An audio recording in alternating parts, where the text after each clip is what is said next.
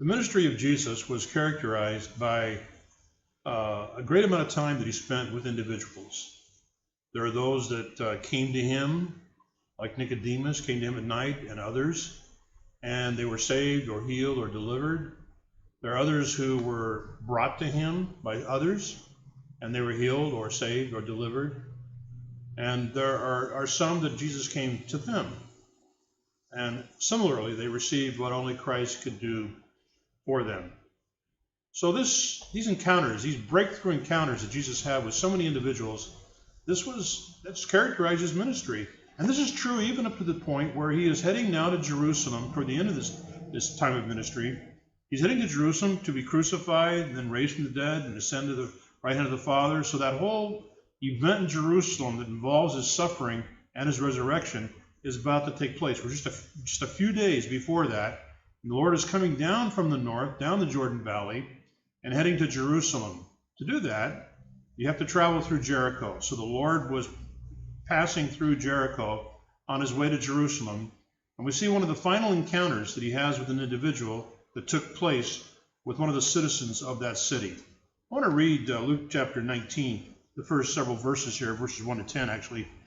And let's look at this story of this man named Zacchaeus. Then Jesus entered and passed through Jericho. Now behold, there was a man named Zacchaeus, who was a chief tax collector, and he was rich.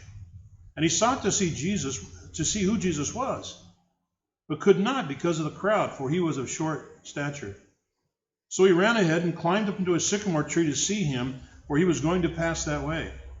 And when Jesus came to the place, he looked up and saw him, and said to him, Zacchaeus, make haste and come down, for today I must stay at your house. So he made haste and came down and received him joyfully. But when they saw it, they all complained, saying, he has gone to be a guest with a man who is a sinner. Then Zacchaeus stood and said to the Lord, look, Lord, I give half of my goods to the poor, and if I have taken anything from anyone by false accusation, I restore fourfold. And Jesus said to him, today salvation has come to this house, because he also is a son of Abraham. For the Son of Man has come to seek and to save that which was lost. So what do we know about Zacchaeus? Well, he was a tax collector, a chief tax collector. The tax collectors in Israel at that time were actually working for the Roman government, the occupying force, and they would receive taxes from the people to give to the Roman government. Whatever they got over what their quota would be, they could keep for themselves. Therefore, chief tax collectors became very rich. On top of that, Zacchaeus was a chief tax collector, so he was very rich. He had tax collectors working for him. So this would have made him rather unpopular, and I don't think he would have gotten very many visitors. So that's one thing we know about him. Basically, he was rich and how he came to be rich. We also know that he wanted to see who Jesus was. Now, after 3 years of ministry up and down the nation of Israel, he certainly would have heard about him, would have heard stories about him, and maybe talked with people who had been impacted by him and had been saved or delivered or healed, even raised from the dead by him. He may even have known that Jesus chose a tax collector, known as a sinner by those around him, to Matthew, to be one of his 12 disciples. In any event, he wanted to see who Jesus was. And I have to believe there was something going on in his heart and mind that was drawing him. Perhaps he felt empty. He realized that all that he had wasn't really fulfilling him like he thought it would. And he is looking for something, and maybe because of what he's heard about Jesus, he thinks maybe that might be something I need to do, is to see him and see what he would do for me. We know that he was short. That's why he climbed up in a tree. We know that he was lost, but no problem there because Jesus has come to seek and to save the lost. And we know by definition of those around him, by description of those around him, that he was a sinner.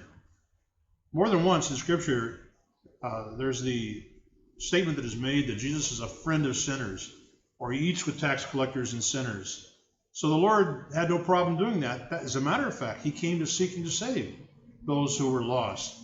And a sinner in those days would be anybody who didn't really have much of an interest in going to synagogue or to the temple for the feast. They were just sort of secular people. And Zacchaeus was one of them. Now here you can imagine when the Lord actually sees him, he's looking for Jesus, but Jesus is looking for him. He says, come on down, I must stay at your house. Now it's interesting, the details aren't there, but there's obviously something happens here.